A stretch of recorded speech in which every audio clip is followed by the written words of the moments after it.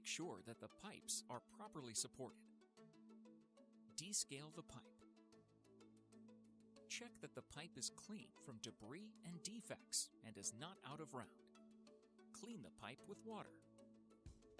Lubricate with a water-based lubricant. Do not lubricate bolts. Measure the pipe's outer diameter and make sure the coupling size fits properly. Check the working range on the product label. Mark each pipe end to the minimum required stab depth as indicated on the product label. The HYMAX grip has two gaskets, an outer gasket and an inner gasket. To accommodate larger OD pipes, separate the two gasket layers, then pull the inner layer out of the product. Slide the two HYMAX grips on both sides of the replacement pipe. Lower the replacement pipe and the two products positioned on it into the ditch. Slide the two HYMAX grips from the replacement pipe onto the two existing pipes until they reach the pipe marks. Make sure that the pipes are not touching each other inside the body of the HYMAX grip.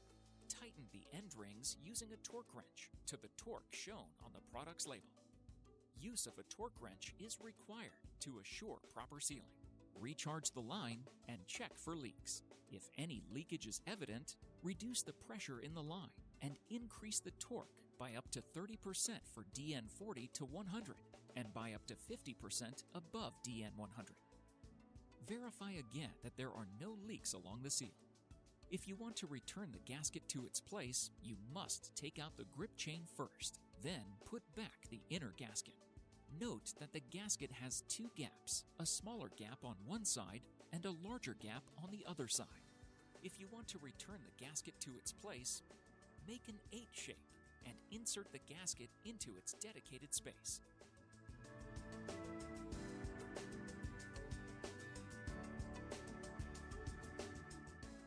In order to put the chain back in place, note that has a small tooth on each side.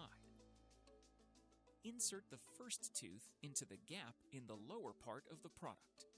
Then push hard on the other side in order for the whole chain to fit in.